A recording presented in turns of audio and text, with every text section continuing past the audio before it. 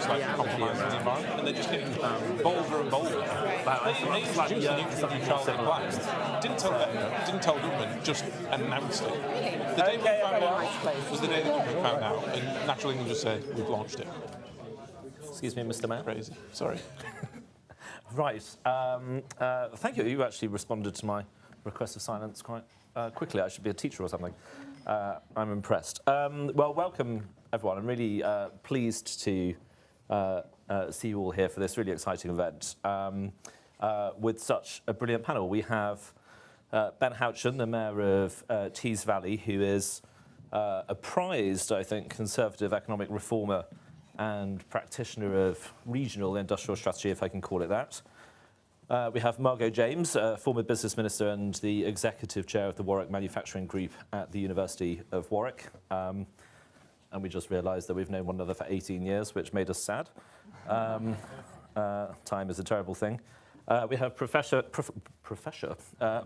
Richard Jones, who is the chair of Material Physics and Innovation Policy at the University of Manchester and a bit of a superstar on this subject. And we have Juliet Samuel, who had the temerity to recently leave the Daily Telegraph and is now at the Times and has written extensively on the sort of subjects that we will be covering today. This is the first event of a series that we're going to be doing here at Unheard and through Onward as part of our Future of Conservatism project, which is going to go on over the course of the next year or so and will hopefully lead to 3 different reports covering the kind of intellectual grounding of what we're doing, economic policy and cultural policy, and the purpose of that is to try to influence conservative thinking and the future of the Conservative Party over the next decade or so.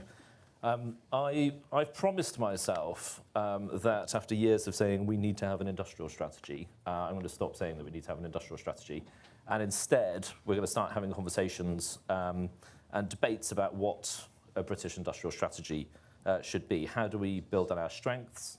How do we make sure that we have the capabilities that the British economy needs? And what can we do to make sure that our regional economy is as strong as it can possibly be? And as the essay question that we've been given tonight reminds us, we're also doing it at a time of enormous change with rapidly changing technology. We're on the cusp of something quite extraordinary with artificial intelligence. And of course, there's this global subsidy race led by America and China and potentially the European Union too. We've got a fantastic panel to cover these issues. We will be able to take some of your questions a little later. But first, I want to start with you, Richard. And I'd like you to explain to us, firstly, why do we need a more interventionist and more strategic approach? And in a country like ours, where perhaps we haven't been used to this kind of language, or at least admit that we have some of these kinds of policies, what should it look like in Britain? We've seen ministers, and I think Jeremy Hunt has said again today that Britain is not going to follow the American example of chasing subsidies and chasing companies in that kind of way. So what is it, do you think, we can and should do? Yeah, great. Well, I think you stressed we're in this period of great change, and I think it's been a bruising few years, and it's really upended some conventional wisdom. It's really important to understand that. So I think the pandemic taught us about supply chains. Many of us never heard about supply chains before. Suddenly we realised that these global supply chains that we built up were quite fragile. We've got a war in the Ukraine, which reminds us that security, freedom, in fact, actually depends on a nation's productive capacity. And I think we've also found out, I think Nick, of course, realised this a long time ago, China is not necessarily our friend, and we've got ourselves into a strange position where we rely on it for so much of the world's manufacturing capacity. And specifically, the focus on Taiwan, and the threat to Taiwan is a really sobering moment, because Taiwan's the world's largest exporter of integrated circuits. These are the things that can underpin everything about the digital world, AI and everything. Just to give you a sense of perspective, Taiwan's exports of integrated circuits, 138 billion a year. The UK's exports is 1.6 billion. So they have a complete monopoly on the most advanced types. So we've got this response, a return at scale to industrial policy, the CHIPS Act, more than 50 billion set aside for the US to rebuild its semiconductor industry. Inflation Reduction Act, 370 billion for clean energy. And I think, that's a return to industrial strategy, but we have to remember, of course, industrial strategy never went away in the Far East. And so, the East Asian development miracles were built on this. So Taiwan in 1990 was a middle-income country that made push bikes. It's now actually richer than the UK and has this totally dominant position in the most advanced technology. So I think the UK, what's the UK got to do about this? I think first of all it needs to focus on its own problems, and its own problems are productivity, or the lack of productivity growth.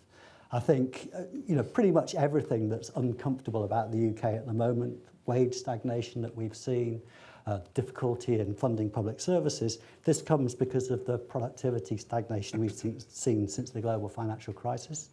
And then we've got these really pronounced regional imbalances. So the UK, those of you who remember the Prairie Home Companion, the UK is the anti-Prairie Home Companion country. It is 3/4 of the UK is below average. It's it's big cities. Greater Manchester has a productivity about 90% of the UK average. Tees Valley's 87.7%. You've got places like Middlesbrough and Oldham where it's 82%. So the country's just not being able to work.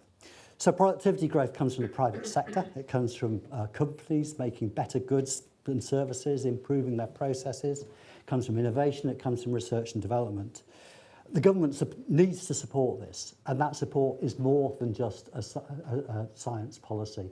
So I think the governments over many decades actually in the UK have thought that science policy is a substitute for industrial strategy. It's not. It needs to be sector specific. It's a very famous saying a President Bush advisor said once, potato chips, computer chips, what's the difference? And that, I think, expressed a view in the Western world in the 90s. Of course, I think we see what's wrong with that. It's, potato chips is a great industry to be in, but it's computer chips that has advanced the economy so much. So we do need an industrial strategy. I think what you can say about it, it needs to be consistent and long-term. And I have to say that recent governments have not been great about that. I'm old enough to remember the May Clark White Paper on industrial strategy, which I think was a good document. And it's a pity that was ditched by Kwasi Kwarteng and Bayes. It was replaced by a Treasury plan for growth. I say in passing, I don't think it's a good idea ever for the Treasury to run an industrial strategy. It needs to be focused on growth. We've had a Levelling Up White Paper, which I think, again, is a good document. But constant change has not been great. It needs to be at scale. So those numbers that I've been talking about from the US give us a sense. This is not something that you do by throwing in a few tens of millions. The UK's innovation strategy has been beset by initiatives that are actually quite good, but are just about a factor of 10 or 100 too small for the problems that they need to face. And it needs to work with the grain of the existing economy. And I mean that both nationally, so we need to understand what the UK's place in the world is. The UK represents a little bit less than 3% of the world's high-tech economy. So it can't do everything. It also needs to be to work with the grain of regional economies. So levelling up needs to be about fixing those productivity imbalances. It's about raising the productivity of Greater Manchester, of the West Midlands, of Glasgow, of Teesside, up towards the average and beyond it. In fact, they ought to be higher. Our big cities, our big industrial concentrations should be what's driving the economy of the UK at the moment. At the moment, they're holding it back. So it's got to take into account existing endowment. So nobody would, you would never do an industrial strategy for Teesside that didn't focus on chemicals, because the chemicals industry, and just as an aside, the chemicals industry actually is one of the great underappreciated parts of the UK's industrial structure. It's actually very important and rather high in productivity growth. This can't be driven from Whitehall or from Swindon. It's got to take into account local knowledge. And in Greater Manchester, we've created an organisation, Innovation Greater Manchester, that brings together the private sector, brings together businesses, brings together the universities, brings together the combined authority and our local elected politicians, really to come together to grow the innovation of economy. And not just the city, this isn't just about city centre growth, this has to be about what's going to sort out the economy of Oldham, what's going to sort out the economy of Barnsley, what's going to really create real economic value in those left behind places.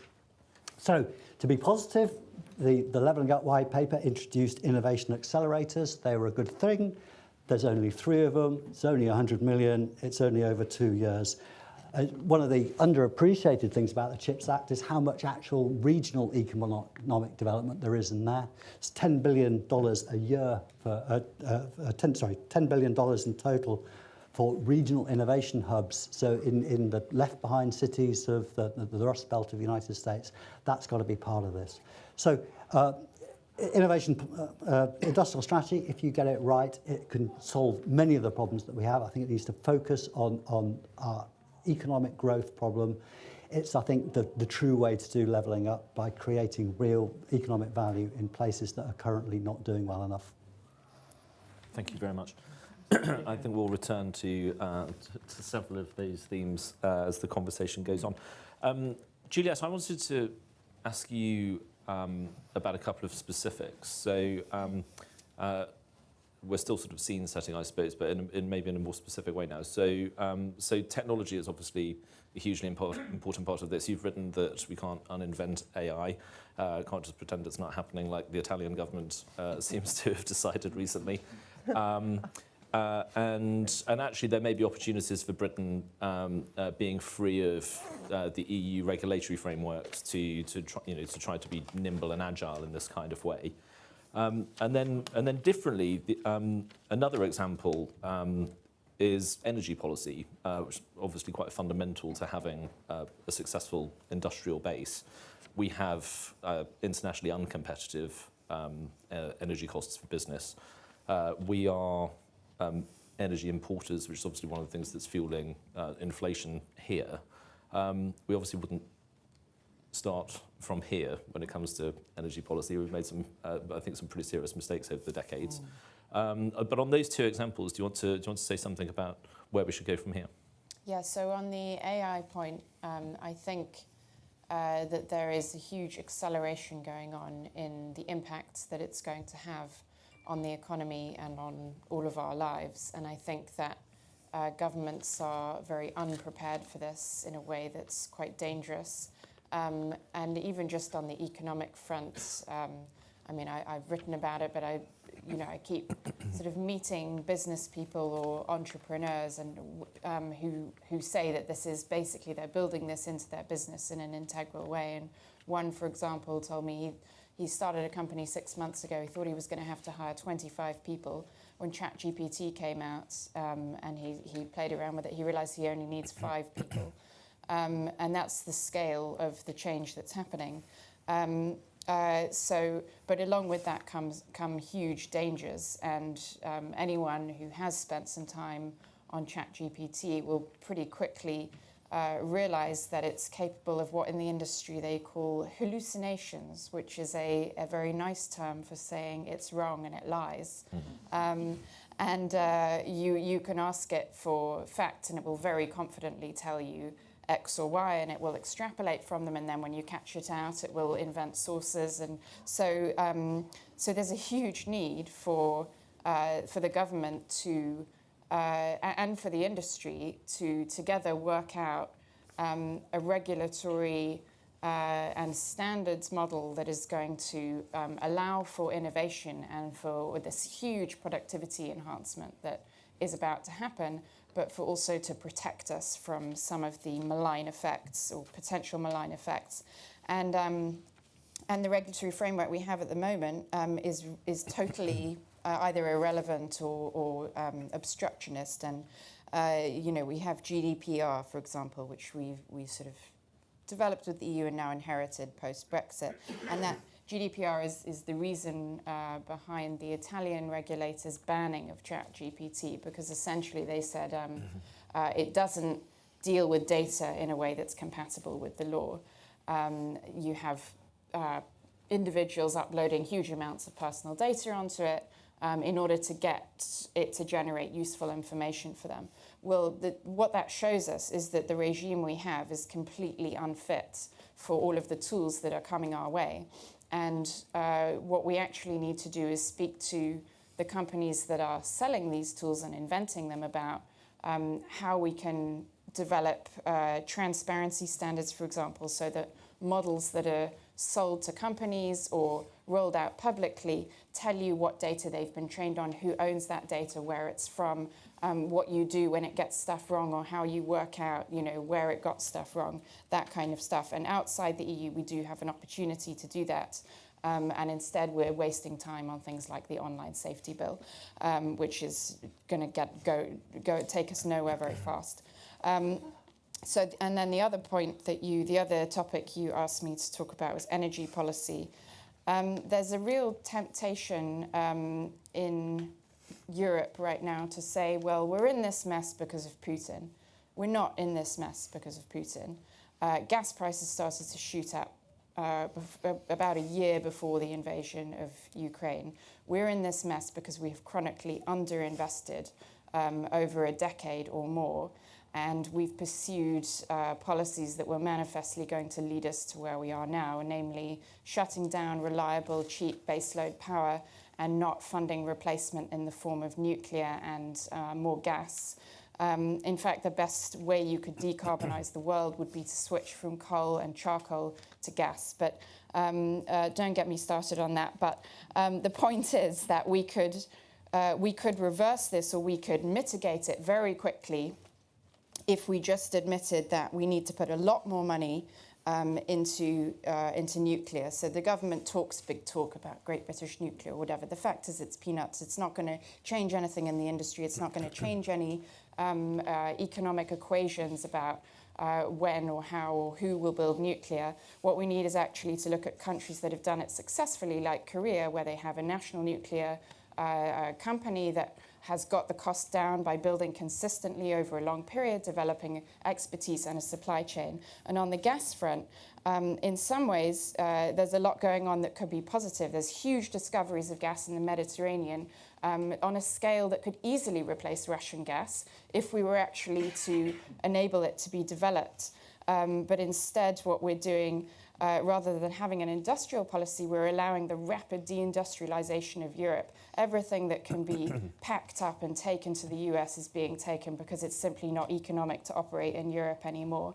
And the North Sea industry is just not going to exist in 5 or 10 years, thanks to the second windfall tax and our general cat-handed climate policy. And all of those skills and the supply chain that goes with them is going to disappear as well. So I think that the first thing we could do to have an industrial strategy is to not deindustrialize rapidly and unintentionally. Thank you. I think we could probably power the UK economy with the force of the passion of your argument, I think.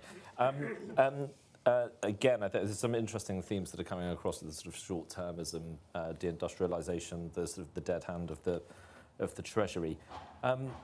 Ben, if I can turn to you, it's been very exciting sitting down here watching what you've been doing up there. Yeah. You have a development corporation, you have the free port, you have the airport, you've got lots of investment coming in. And there has been some particular attention from government paid to Teesside, although I do sort of wonder whether some of the successes might be despite government policy rather than because of them, and perhaps you can expand on that. How do we bring together industrial strategy and regional policy, and what is it from your perspective that government has been getting right and perhaps wrong as well?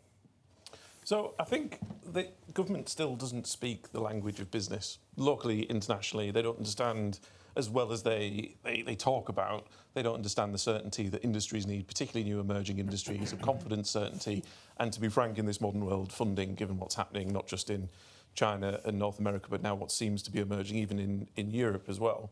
And I'm going to take it back down to the specific, because I can give some very specific examples of where we failed quite dramatically just over the last 5 to 10 years, never mind any longer than that. And it's a story of both frustrating failure, but almost success. So if you look, for example, at things like offshore wind, I'm happy to, but I don't particularly want to get into a discussion about the benefits of energy from offshore wind, but the UK created that market. It didn't exist anywhere in the world, and the UK thought, we can create this market, we can create a CFD, we can stimulate private sector investment to de-risk it, we can give certainty to the market that we're going to open up these licences on Crown estates, in the North Sea in particular, going right the way up to Scotland. That is a huge opportunity for private business. And you know what? It was. Because whether you agree with that form of power, and it is a good form of power when paired with good base load, in particular things like nuclear, it meant that actually over a short period of time with auctions, it's now a ridiculously cheap price to have offshore wind. And what we're seeing is massive industries, whether it's Ørsted, SSE, Equinor, many others are now ploughing billions and billions of pounds of their own money because this is now a standalone market that doesn't require subsidy. The UK created that. What the UK failed to do, which is where I think industrial strategy is really important, is it failed to grab any of that supply chain. There is now in the UK, realistically, 2 manufacturers of offshore wind components. There's Siemens in the Humber who are building blades, and on Teesside now there's Sia Wind, who are a South Korean steel manufacturer, who are moving into building monopiles, a bit that goes into the bottom of the sea. But that's it. Most of the supply chain is in mainland Europe. Actually, increasingly, most of the supply chain is in the Far East. And we're now importing these products into the UK. We're paying more than we should be paying for them because that's where the supply chain is. And even though we've been able to drive down costs of the subsidy of power, what those companies are now able to do is, because there is such a barrier to entry for the capital cost for setting up in the UK, you're finding in particular the European manufacturers are holding the UK to ransom and are starting to drive that cost back up again. Because if you don't have those manufacturers here, then all of a sudden, actually, you've got a monopoly of a handful of manufacturers in Europe that can dictate the price. And let's not pretend there is a lot of political policy behind that as well from mainland Europe. So we almost got there with offshore wind, but then we failed because we didn't have the confidence to bare our teeth and say, we've created this market, you want to be a part of this incredible market, you've got to come and spend money in the UK, you've got to come and set up, you've got to create jobs and create supply chains here. Because had we done that, and we're still trying in Teesside, but it's an uphill struggle now, a lot of this capital has been spent elsewhere, the North American market is going to eclipse the North Sea market. And those businesses, whether they're in the UK or Europe, are now going to service North America from here, unless IRA affects that because it's so cheap to be able to move to the US. The second example, which is not quite there yet, but is getting there pretty quickly, is hydrogen. Hydrogen is, as a UK, we've been doing hydrogen in the UK for decades. Teesside in particular, we produce more than 50% of all of the hydrogen produced in the UK. We've been doing it since 1947 with ICI in the world's first modern chemical plant. It's not new technology, and we've been saying to the government for 5 years, this is what we need to do. And they've spent the last 5 years doing stakeholder engagement, going around the country, figuring out what the landscape looks like. But what's everybody else doing? They're ploughing money in, they're giving certainty to business, and now what's happening are there are businesses setting up in the US instead of the UK where they should be, and they're going to be exporting green hydrogen to the UK, which is extremely expensive, but it's still cheaper for them to do that than it is to set up in the UK. And the final example I give as a failure, which I think is increasingly a failure, and I think there's still time to capture this, is the nuclear industry. And I absolutely agree with Juliet that what we've done around that is really tinkering around the edges. And it feels very much to me like the Treasury buying time while it figures out what to do. But we've done nuclear for a long time. In Hartlepool, we've got a nuclear power plant, large scale, SMRs, AMRs, small modular reactors, or AMRs as the alternative, are going to be the future. That technology, again, is not new. We have them on nuclear submarines. The technology that the likes of Rolls-Royce are talking about employing is the same technology we have on nuclear submarines. There is a process to go through to do exactly what's already been said, where you need to create supply chains so that you can drive down the cost, because then it becomes an actual modular build. Rolls-Royce have that on offer. They've just got, in the last 2 weeks, approval from the Office for National Regulation to take them through the first gateway, which basically says, look, in principle, this makes sense, but over the next 3 or 4 years, you've got to work with the regulator by the time you put a spade in the ground, and then you can create these SMRs. We're losing that race because we're not taking that action. What the government have said is we're going to run a competition. And this is what government always does. We're going to run a competition. They did it with carbon capture. We've run a competition for the last 10 years, and we still might lose out on that race, despite being at the front of the queue. So, again, we start to create these markets. We are still a world leader in nuclear, but you can see that we're going to offshore that. And there is a real risk now, because of the delay in government policy, that Rolls-Royce won't create their SMR manufacturing facilities in the UK, and they'll go off to mainland Europe, where the subsidy is, and then we'll end up buying our own technology from mainland Europe back into the UK. It's these types of things that we've got to get right. We get the first bit right, but we don't seem to have a confidence as a country to get the second bit right and say, if you want to play, you've got to pay, get yourself into the UK. And so I always think that that's linked fundamentally back to the general culture, from what I see on a day-to-day basis within the civil service. I mean, when I speak to, in particular, Treasury are a huge issue when it comes to industrial strategy. And you're absolutely right. There is no way Treasury should be anywhere near the creation of industrial strategy. But what they'll turn around and say is, take hydrogen, for instance. I know, having spoken to officials, they'd rather the Germans plough in billions of pounds to hydrogen technology research to create that IP, because the Treasury orthodoxy in the economics, in the normal way of things is, well, that's fine. Let them spend their money, let them create the technology, and we'll be the beneficiary of that because we'll have cheaper hydrogen. But what it doesn't take into account are the jobs, the supply chain, the export potential.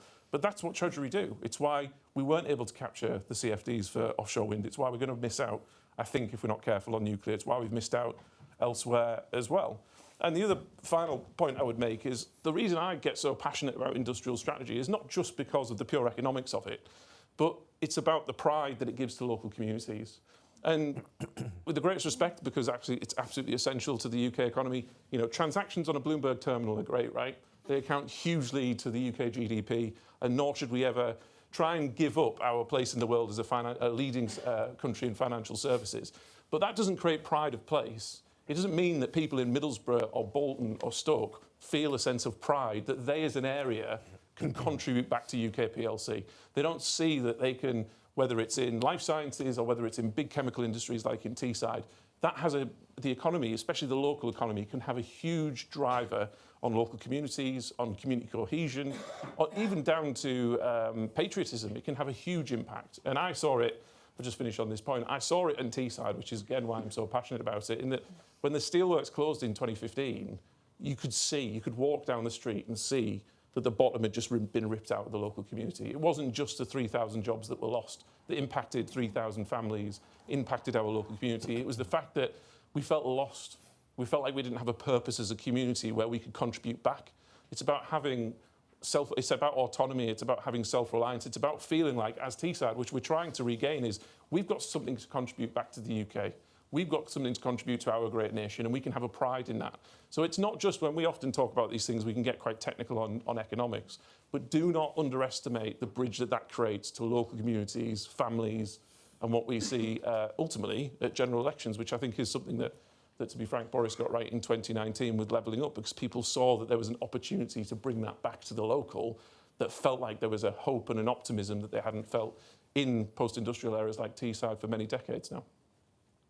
Thank you. I think that was incredibly forceful and passionate, and I think really gets to some of the challenges with trying to promote an agenda like this, because it is partly about the culture of Whitehall, and it is about confidence and being able to say, yes, we're going to make this decision, we're going to go here, not there, or whatever. But also it's about ideological assumptions. As a country, we seem to be very purist about attitudes to sort of global free trade, theories of comparative advantage, any kind of attitude to interventions in the economy. Absolutely. Partly because of the sort of folklore of the post-war period and the failure of the 70s, but that's not what this is about. I think, as is quite clear from the way you're. But it's about. Sorry, can I just give one very quick example? Please tell do. me you shut up, Nick. No. I'm going to be a very weak chair. Go for it. The example that I just completely blew my mind, by the way, when I found out about this 18 months ago, is in the EV battery sector. And obviously there's a huge drive for the UK to try and do something with batteries, which, to be frank, I think we've lost because the Chinese have stolen such a march on it a long time ago. But there is something called the Automotive Transformation Fund. It's a fund set up by government to fundamentally subsidise the ability for players to come into the UK market. We saw it with Envision in Nissan. Money went towards that. There was some allocated towards British Volt, but thankfully government put some safeguards in place, which meant we didn't lose any money. A fundamental principle of the ATF grant is that for you to be considered for a grant, you have to go to a different country, find an alternative site, and explain to the UK government why that site is better than the one in the UK to qualify for the subsidy. And I know of a business who is looking at the UK, was only interested in the UK, and the government told them to go and look at another country so they could qualify for the grant. Guess what happened? They realised that other country is actually quite good, and now it's quite a problem trying to attract them to the UK. So sometimes it's not even about ideology, it's about bloody common sense. Yeah. Where these models are set up by 20-somethings in the Treasury and they don't recognise the practical commercial impact that these funds have and these competitions have, where the UK misses out. And it's basic stuff. You don't even have to get into the highfalutin stuff. There is basic stuff we could get right that would mean we would be much more competitive if only we had, I suppose, a more common sense approach to industrial strategy as well. Here, here. Thank you. Margot, you've been very patient. Thank you. I've always thought that there's a really important role with institutions in industrial strategy. So and by that I don't mean the kind of corporatism of the CBI and whatever else goes on in their offices, but the kinds of organisations that can inform local and national leaders, mayors and ministers, other parts of business, spread information about the needs of a place, the needs of sectors, the nature of particular supply chains, what can be sourced and supplied in this country or a particular region or whatever. And the Warwick Manufacturing Group seems to be an exemplar in that respect. So maybe you could tell us a little bit about the role of the manufacturing group, but also I think maybe as the role of institutions in an industrial strategy, and also perhaps something about what government should be doing, but also maybe some warnings about what perhaps it shouldn't. Thank you very much, Nick, and also fantastic contributions so far. I will tell you a little bit about WMG and its role and the role of institutions. But first of all, a few general points, I think, on industrial strategy, because, and I pay tribute to you here, Nick, you were in your time as in number 10. I think I'm right in saying you were the architect of the original industrial strategy that Greg Clark produced, and I supported him on as one of his junior ministers. And you got the name Industrial Strategy on the door of the business department. And I think that set a very good tone, and some excellent work was done. Thank you, Richard, for your kind comments about that policy. And it set in place, quite a lot of good stuff, which I'll come back to, because I think it's important to look at what works when it comes to the myriad of policies that travel under the banner, or can travel under the banner, of an industrial strategy. I mean, in terms of overall government intervention, I think over the last sort of 30 years, it falls into three categories, I think. First of all, tax incentives, EIS scheme, R&D tax credits, capital allowances, and that Rishi Sunak's excellent super deduction has been pretty effective in restoring at least UK business investment levels to their pre-pandemic heights, which were not exactly dizzy, because compared to the rest of the G7, Britain has been lowest in terms of corporate investment for the last 3 or 4 decades. But at least it got restored, and that was all very good. They're obviously costly, tax breaks, but they do have the benefit of some fairness across different companies, and an objectivity when it comes to the companies that apply for them and get them. So that's one intervention. Targeted interventions, which is the sort of thing that WMG takes advantage of, designed to stimulate new markets, new technologies. The industrial strategy that Greg Clark developed was very big on this area of intervention. Areas involving regulatory reform to stimulate new markets and new technologies. I mean, it's very good for the autonomous vehicle market that Britain has become the first country in Europe to allow hands-free driving in autonomous vehicles on our motorway network. And I hope that the government will follow that up with catching up with some of the other European countries when it comes to the regulation of micro-mobility at the other end of the spectrum, e-scooters, cargo bikes, electrification of small delivery vehicles, which will also be capable of autonomous delivery in the future. It would be fantastic to get that market where we are leaders in R&D as we are in autonomous vehicles. But we do lag behind when it comes to micro-mobility on the regulatory side. So the regulation role in industrial strategy is absolutely critical. As is supporting skills development. We have a competitive advantage when it comes to the automotive sector, when it comes to skills. But we could do so much better in that area. And sometimes we waste. We actually, create failure out of successful policies. Ergo, the apprenticeship levy scheme could have been so much more impactful if the Treasury had loosened its grip on the criteria for big companies and how they spend their levy pot. And then the third category of intervention, targeted interventions to incentivise investments by large anchor companies. This is more challenging, it's more controversial, can lead to accusations of cherry picking and so forth. But companies like Rolls-Royce and Nissan would not be leaders in this country were it not for state intervention in the form of, crudely speaking, subsidies. I think there's definitely a case for that from time to time. It's always difficult to justify, sometimes has to travel under the radar, but I think it's an important part of what an industrial strategy should, from time to time, embrace. So I wanted to say a little bit about some of the things that have worked, that WMG have been involved in, so I've got some personal experience of these sort of interventions. Just to go back to that industrial strategy, before it was dismantled, unfortunately, in my view, and a series of ad hoc strategies put in its place. The challenges that it sought to embrace and overcome were AI and the data economy, clean growth and the future of mobility, and meeting the needs of an ageing society. And we've seen real advances in those areas.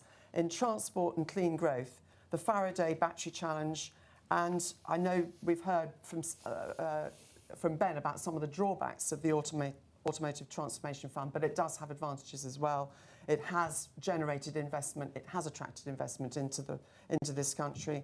Companies like Polestar, Lotus, and Volkswagen, and Norton Motorcycles, and there are a number of other companies that we have used. WMG have worked with those companies to get ATF funding into local plant investment in the UK, and we're still doing that as we speak.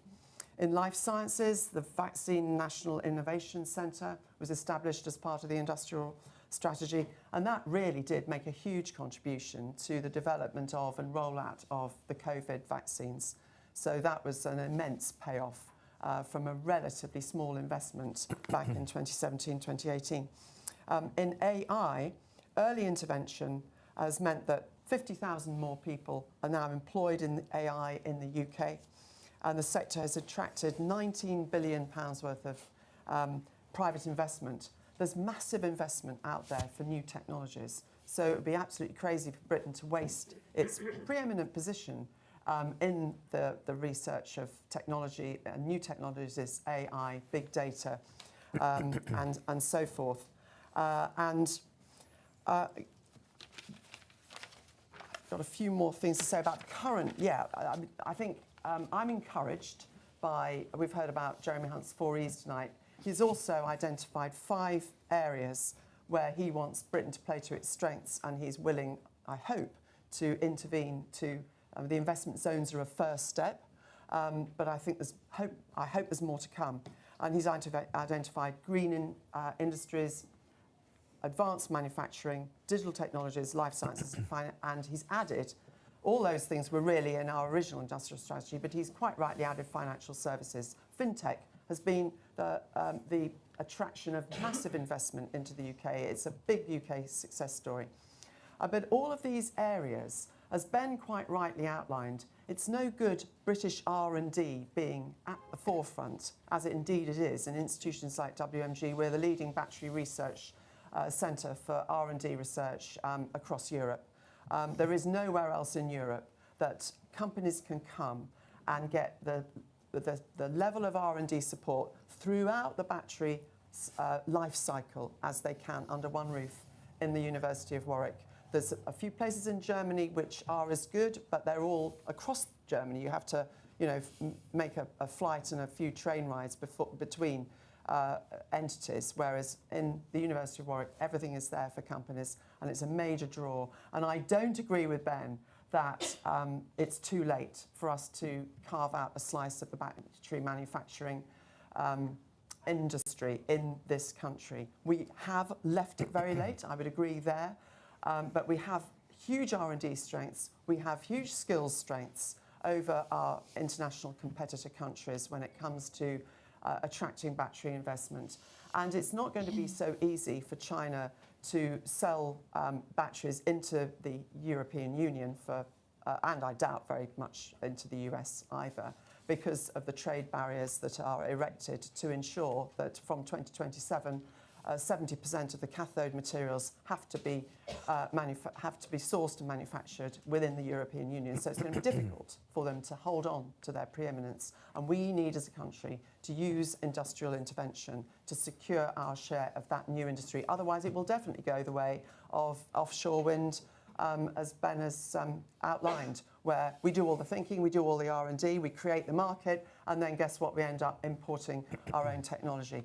And that would be a tragedy if that happens with the battery investments. So WMG, as an institution, as I mentioned, is leading entity in this area of R&D, and it's also lobbying hard with Andy Street, the Mayor of the West Midlands, for some of that intervention that I mentioned at the outset, the targeted interventions to incentivise investment by large anchor companies. It's actually absolutely essential that the government persuades and uses investment to persuade Tata Motors to source their batteries from the UK.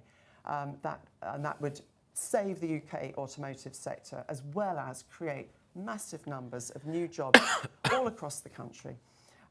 Lastly, I wanted to say a little bit about when interventions, government interventions, often create the need for new interventions to mitigate against some of the effects of previous interventions. And looking at the energy market, I mean, what a state we've got ourselves into. We have rendered all UK energy-intensive manufacturing trying to compete with one hand tied behind their back. UK prices for large consumers, industrial consumers of electricity, are absolutely crippling. And when it comes to these companies, they're going to be having to spend hundreds of millions more to manufacture in the UK unless the government levels that playing field between ourselves and our international competitors. And that is an absolute must, in my opinion. The various interventions in the energy market have produced this outcome, and we now need new interventions to mitigate the disastrous consequences of it for energy-intensive manufacturing. So there's an awful lot to do, but I am really pleased to see the new government, well, it feels like a new government to me anyway, led by Rishi Sunak and Jeremy Hunt. I am pleased to see industrial strategy seriously back on the agenda. And finally, institutions, I must mention the high-value manufacturing catapult, which is a really coherent way, and it's been around now for about 8 years. WMG run one of the 7 centres across the country of the Advanced Manufacturing Catapult. It's all publicly funded, mostly through Innovate UK. And that is designed to make sure that UK R&D translates into manufacturing jobs of a higher level that went before them, which is so important to people's livelihoods and a better quality of life that the whole levelling up agenda still needs to deliver across the country. So the catapult is a really good means of achieving that. We just need more investment into it. Thank you. Thank you. I think that's been absolutely fascinating, and I think that I'm not going to list them all, but some of the themes that have been coming across, I think, through all the answers scale, place, institutions, trying to break out of ideology, being more confident in our decision making, reforming the state, being aware of the reality of international competition, and so on. I think it's all come through very strongly. We do have time for some questions from you in the audience. The first hand was right at the back. Quick off the draw. Hi there, Ed Burkett, used to work on energy at Onward. I just want to ask specifically about the importance of green energy in UK industrial strategy and where you think the Conservative Party will land on that. Our competitors in China, EU, US are all in on green, and unless we're all in, aren't we just going to end up keep muddling along and missing out on some of this stuff? Julia, do you want to start on that? Yeah, I mean, I think we have had quite a pretty successful renewables rollout over the last 10 years. I think the failure of it is that we haven't sufficiently incentivized the development of storage and baseload, and that's because renewables, although they look very cheap in marginal supply, they're not forced to carry the cost of their intermittency, and therefore they don't have a strong enough incentive to develop ways of mitigating it or investing in technologies that might. So, but I would support, subsidies for areas where we have strengths in electricity storage, for example. When you say that China is all in on green, I mean that's kind of true, but they also burn a huge amount of coal to power their economy. But it is kind of an irony that the US is now going to be leading the world in green technology, and things like the carbon border adjustment, the carbon tax that the EU has been talking about imposing on imports, for ages to try and combat the US could easily be wielded against them in the other direction in a few years' time.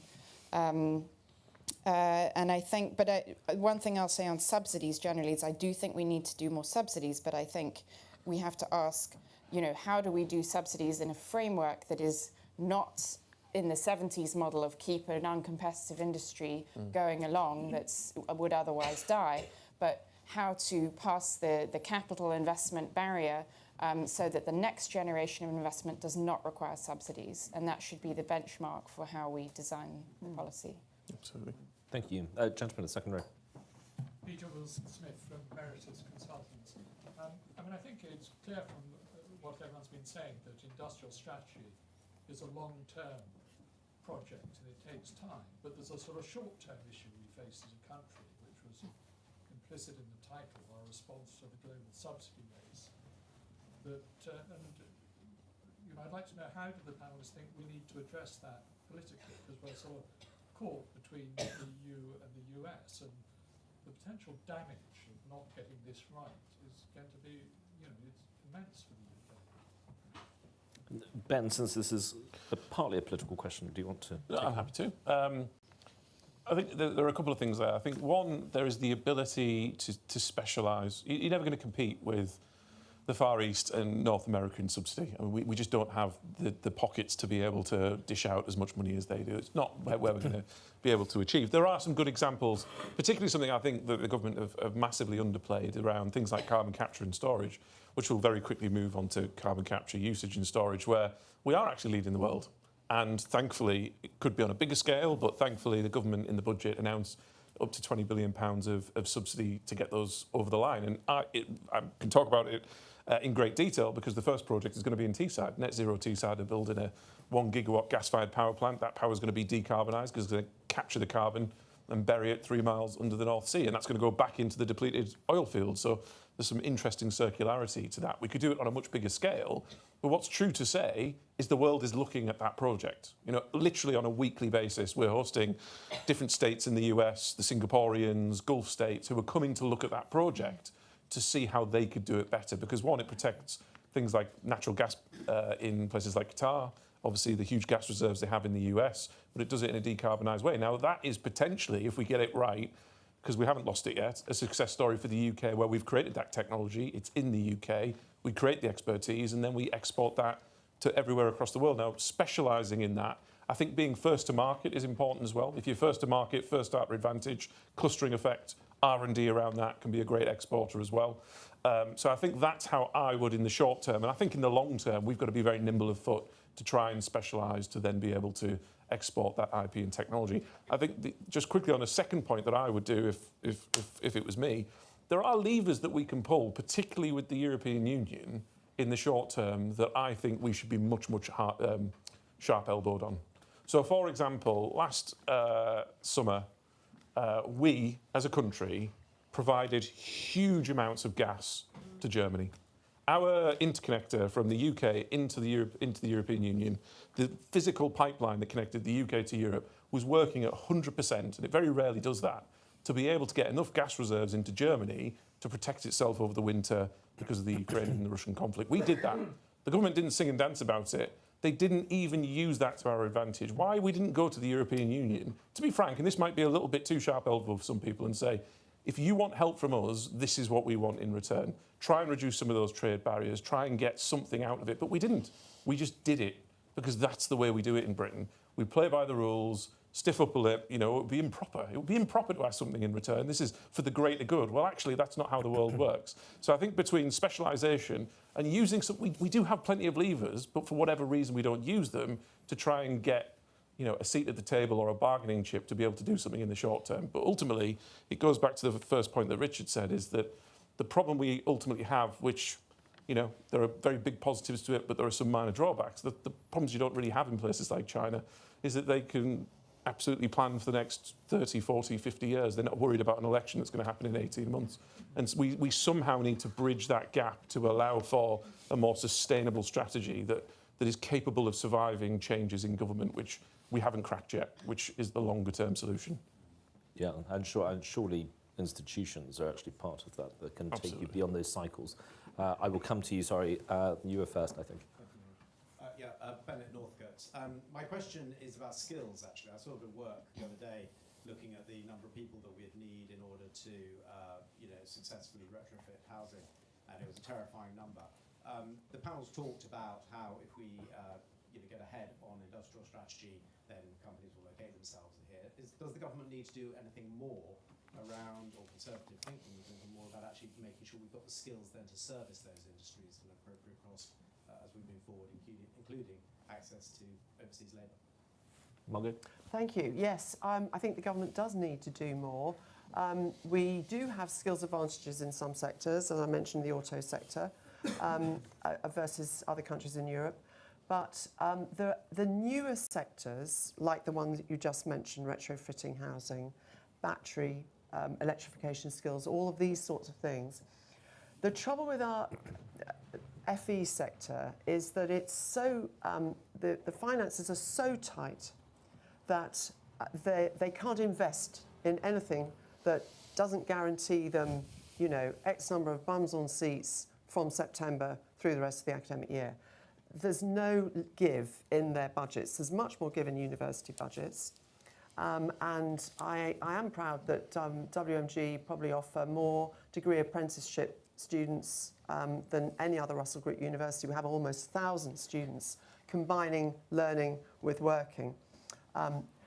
Quite high-end skill levels, though. A lot of the skills that are needed in the early stages of battery making or house build, retrofitting are probably level 2, level 3, level 4 technician skills. Very, very important. Universities teach less at that level. That's where we've got to get the FE sector firing on all cylinders. One thing we're doing at WMG is sharing all of our electrification curriculum with colleges West Midlands and working with individual FE colleges so that it cuts out the risk for them.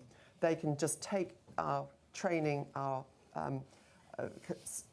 syllabus and so forth, and some additional support, because we take our commitment to the region very seriously as an institution, and that should be happening in other areas across the country to make sure that we buttress our FE sector so that it's able to train students with the skills needed in the future, not just the skills that will get them a job next week.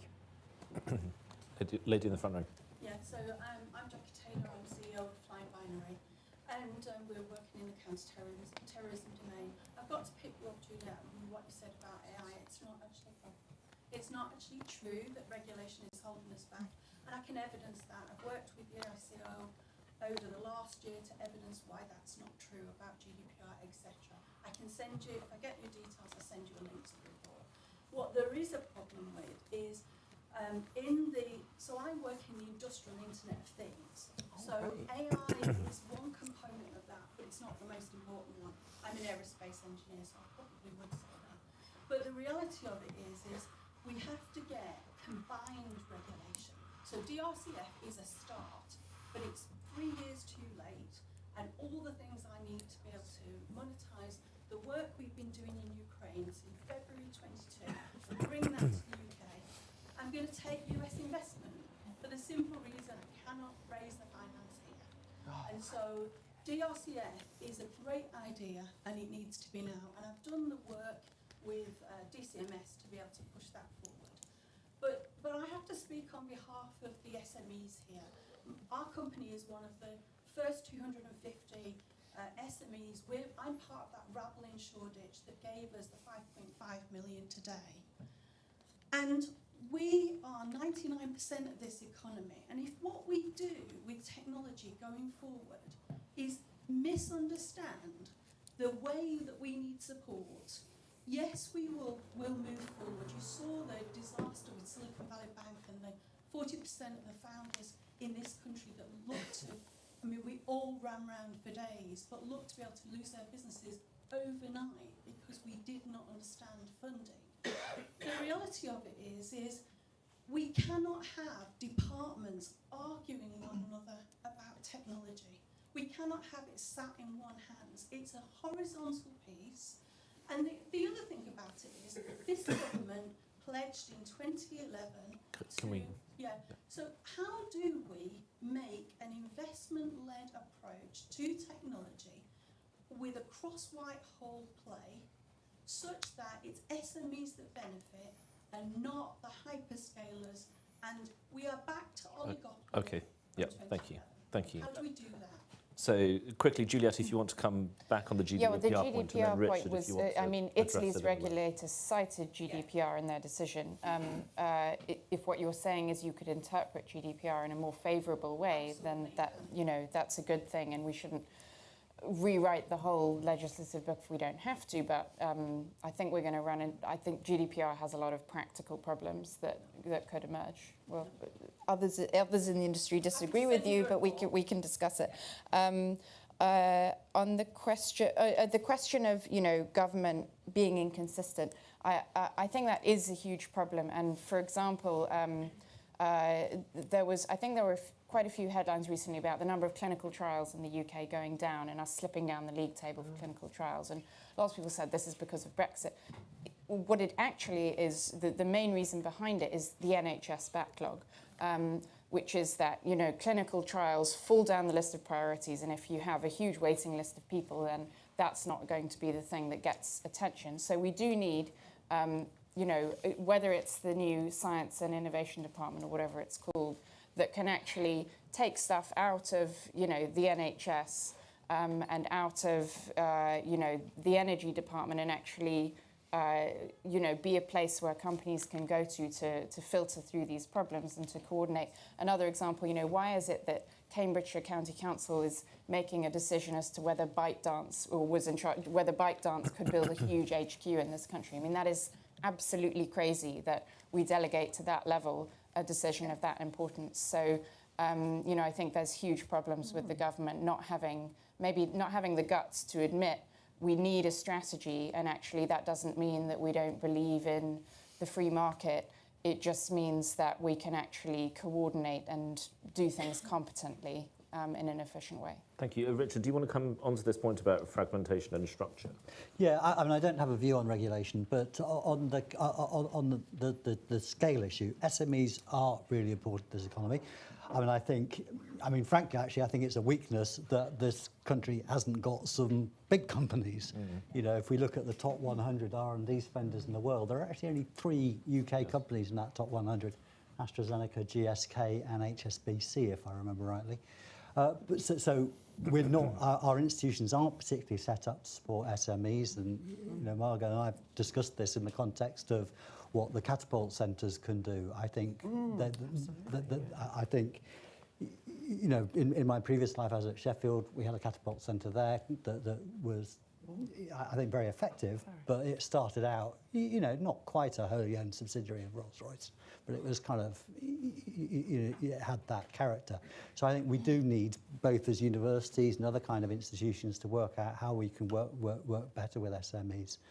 If I can make a kind of slightly related point, or just a show, and I think there's a thing about ownership. I think, we've let far too many small companies go to overseas ownership. And I think we've been much too relaxed about ownership in general in this country, because ownership means control, and control's important. And I think that's both about government ownership. I think, I agree with Ben and Juliet. I'm absolutely, totally behind you on nuclear. We should have more nuclear. The way we would have had more nuclear is that if we just got the government just to buy one. And it's been all this messing around because the government doesn't want to take it on its balance sheet that's led to hugely expensive. I mean, the Hinkley Point deal is one of the most stupendously stupid deals in the history of energy. And that's all just because the government... Quite a few candidates for that one. Yeah. No, they definitely wins. It's just because the Treasury doesn't want to see that on the government balance sheet. And the way to get Rolls-Royce SMRs going, is just to... It's just for government to buy a couple, find a few places that need steady power and just be the lead customer. I could say it's the same in AI. I mean, I'm still waiting for the semiconductor strategy. The one thing the government really could do about the semiconductor strategy, there's a commitment to spend 700 million on an exascale computer. That's great. Why, those the chips for that should be designed by ARM or Graphcore or UK companies. And just a final nuclear story. In my previous life in Sheffield, we had an HVMC branch called the Nuclear Advanced Manufacturing Research Centre, which was set up to create a UK supply chain. We got loads of small companies, engineering companies that wanted to get into this business. They had the skills, but they needed support to understand the new demands of regulation and innovation for nuclear. My boss and I went to Tokyo to go talk to the head of Hitachi Nuclear to say, at that time Hitachi was going to build a nuclear power station in Wilver in North Wales. We went there, we said, we've got this great centre, we've got lots of companies, we can get skills, we can help you build a supply chain. And the Hitachi people, in the most polite way possible, Japanese way, said, well, why would we? It's our technology, it's our investment. Why would we build a UK supply chain? So ownership matters, and the government does need to be prepared to take things onto its balance sheet, because that's the way it can avoid the kind of the things that we saw with the wind industry. Thank you. I've got two people who've been waiting very patiently, and then I think we might want to wrap up. You want to go first? James Bagley from the UCL Policy Lab, really interesting discussion. I just wanted to ask really about the political philosophy that underpins this shift within conservatism. It's been mentioned about consistency and commitment, and I just wonder whether the panelists think that shift and that commitment has happened in terms of conservative philosophy. Treasury orthodoxy has been mentioned. There's been a recent article that some might say by the current Chancellor, that is quite on the Inflation Reduction Act, which seems like a fairly straightforward articulation of Treasury orthodoxy. So I just wonder whether this is a committed change, and how important political philosophy is in terms of conservatism to this agenda. The problem with that is you're tempting the chair to start talking too. I think we should hear from you. No. That is not what I'm here for. Ben, please take that. It's a great question, because there is still a huge tension and a wrestling within the Conservative Party in particular about what the future direction of the party will be. To be very frank, I've always taken the view that the Conservative Party has never really had a pure ideology. We're a practical party, which makes us very successful because we're able to change with society and with the times. And I also take a very narrow view of politics in that people don't really care. People don't care whether the government buys Teesside Airport or not. What they care about is that it's a success and they can use it and it's creating local jobs. That's what they care about. And I think sometimes, particularly in London, particularly in the Whitehall bubble, we talk about process too much instead of outcomes.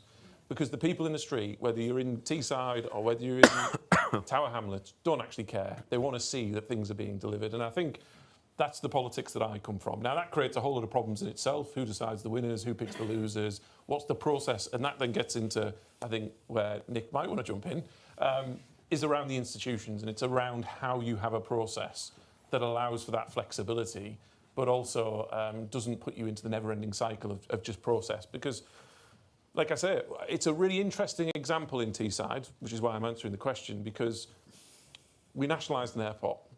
That's what we did. The local authority, as the combined authority, we bought the airport. It was the most, and it still is today, the most successful policy that I have. Everybody talks about the airport. It's a very parochial thing.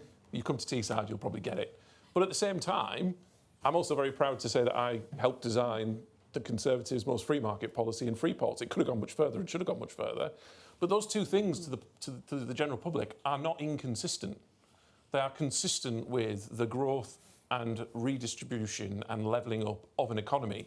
Do they care that Teesside is publicly owned and that the free port is there to give tax breaks and incentivise the private sector to come to Teesside rather than somewhere else? No, they don't. They see the outcome of that. And I think that's what we've got to be very mindful of as a party.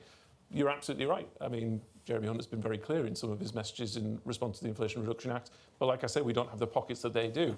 Having said that, something needs to happen. Otherwise, again, it will be the market decides and we will follow. And unfortunately, that, particularly in the geopolitics that we exist in globally, just isn't at the table. And for anybody to suggest that it is, they're just pulling the wool over their own eyes, never mind the public's eyes, and suggesting the market will decide. The market hasn't decided for 50 years, if not longer.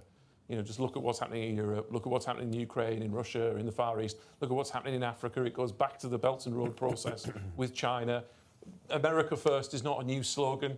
You only have to look at the IATA regulations in defence and how the US have such a grip over what we do in the UK. We're sat in the middle, just blissfully ignorant, and we think everything's fine and everything's fair. And then we walk into the 2010s and now where we are in 2023 and figure out, well, hang on, how did we get here?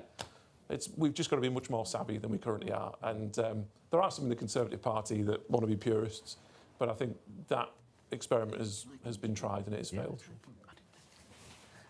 Margot wants to come in. I just want to say, I couldn't agree more with everything that Ben has said. But I think there is a certain philosophical underpinning of using government and the convening power, the financial power, the balance sheet power, the overview that government has to ensure that the market works as well as it can. Because if you leave it just to the market, I think we've had our fingers burned so many times. You know, we heard the offshore wind example. Telecommunications was an industry that Britain led back in the post-war period, 60s and 70s, a lot down to the intelligence and the amazing legacy of all of that sector. But without the interventions that were needed at the time, the business just drifted away, and it's absolutely tragic. So I think that there was a change in the Conservative Party of the 1980s, which I very much supported at the time. But it was that change that Thatcher led was in response to a set of very exceptional circumstances where the country was bankrupted essentially by a mass subsidy of inefficient management and workforce behaviours, which led this country to its knees. And that was a very exceptional time in Britain's history, and it led to an exceptional response, and in my view a correct response, from Mrs. Thatcher. But that was not a blueprint for all circumstances into the future. That's the way I look at it. And now I think we're returning to a more balanced view of what the state's responsibilities are and what governments can achieve, working with other institutions, industries, including small businesses. Thank you. Last but not least, James. Thank you very much. James Price, recovering special advisor into ALIA, the Treasury, so I know all your plans. I was very, it's always my fault. I was very struck with the session. You mentioned that it was Crown Estates offshore that got the wind turbine industry going and all this sort of stuff. Is part of the reason for that there are no NIMBYs in the North Sea? And so I was just wondering, in terms of practical questions, that part of the problems we've got is we talk about government needing to intervene, but at the moment the state sort of intervenes to stop all kinds of growth in all kinds of areas. So nuclear power plants being built, and Nick Clegg there was that video of him that emerged from 2011 saying, "There's no point in building this because they won't be ready until 2022." And the same again with water reservoirs, to the point that the Telegraph's reporting we're going to have to ban power showers and all these sorts of things. So before or alongside subsidies from the state, sorting out the impediments that are in the way, whether it's planning or the FCA kind of getting in the way and preventing things, that would be a cheaper way of doing this that we could also do quite quickly and would differentiate us from the left. Oh. Sorry, just You're too eager. Just because it was aimed at me. You're absolutely right. Now, you're getting into then the argument around regulation, particularly around planning. Now, again, I can point to Teesside and tell you that actually planning hasn't been an issue. So I can sit here for any investors in the room and say we have the largest brownfield site in Western Europe with 14.5 million square feet of approved planning already in place. And we got that under delegated decision from the local authority. It didn't even go to a planning committee. So where you have the politics aligning, there's actually nothing wrong with the planning regulatory framework. The problem with the planning regulatory framework is it exists in a bubble that doesn't take the world as it is rather than as it ought to be, and it refuses to acknowledge politics. We're very fortunate in Teesside that politics is aligned so we can move on. It gives us an advantage. But for other parts of the country, it doesn't do that. So I think reforming the planning process isn't just about reducing the regulation. It's about actually how does the current planning process work more effectively, take account of politics, which we have to because there needs to be some democratic oversight of, I think, planning approvals anyway. But how do we do it in a way that doesn't just become a NIMBYism playground? You're absolutely right. The reason offshore wind worked, and it's the reason we banned onshore wind effectively for a period of time, was because you're absolutely right. Dogger Bank is 85 miles off the northeast coastline. You can't see it. It all sounds great because it's all green and nice, and that's what people want, but it's in nobody's backyard. There's some really interesting stuff, I think, that the government, and I keep talking about this, but nobody listens. There's some really interesting stuff you could do around deregulation, but rather than in general planning, things around like DCOs. So if you take the industrial heartlands of the north, for instance, which are absolutely going to power a lot of this green industrial revolution, the DCO process that is there to stop NIMBYism, to allow a business to go through a process that bypasses local planning, is actually slowing down investments in large parts of the north. That power plant that I just talked about that Net Zero Teesside are building, it's taken them 5 years to go through a DCO. We would have granted that in 6 months. It would have just been approved locally. And we're not unique to that. There'll be examples in the Humber. There'll be examples in the Northwest as well. So again, it's also about how do you target what regulation you're trying to do. So you try and limit the unintended consequence of a regulatory change rather than throwing the baby out with the bathwater. I do think there are about a dozen different changes that wouldn't solve the world, but I tell you what, would get us 80% of the way there. Thank you. I mean, if I may, whenever we talk about policy, we talk about it in a very sort of strictly conceptual way, and it has to be sort of very rigid, when in fact the reality is it's a bit like the blind men describing the elephant, and it's going to depend on sort of, which end you're holding. But it's, it depends on which part of the country you're talking about and what the specific needs are there. It depends on which particular sector you're talking about. And obviously there can be different answers within that particular sort of policy area, as you just say, with planning. I started this off by saying that I'm tired of talking about how we need an industrial strategy. It's time to start talking about what an industrial strategy for Britain should look like. I think I'm really pleased to say that actually I think we managed to do that. I think the reality is that actually all countries and at all moments of time actually have something like an industrial strategy, whether they admit it or not. We actually do in Britain, even under governments that say they don't like industrial strategy, we do this kind of thing for financial services. We do it when it's necessary for things like big pharma. We should be doing it much more strategically across the country. There's lots of different types of industrial strategy that are practiced in different parts of Asia, in Europe, in America. We need to work out what the right kind of industrial strategy is for this country in accordance with what we have, what we're going to need in the future, what our fiscal firepower is, all of those kinds of things. I thought tonight was a really, really exciting conversation, and it's certainly going to influence the work we're doing as part of the project at Onward. Gavin, the programme director, has been enthralled all the way through. I can see it written all over his face.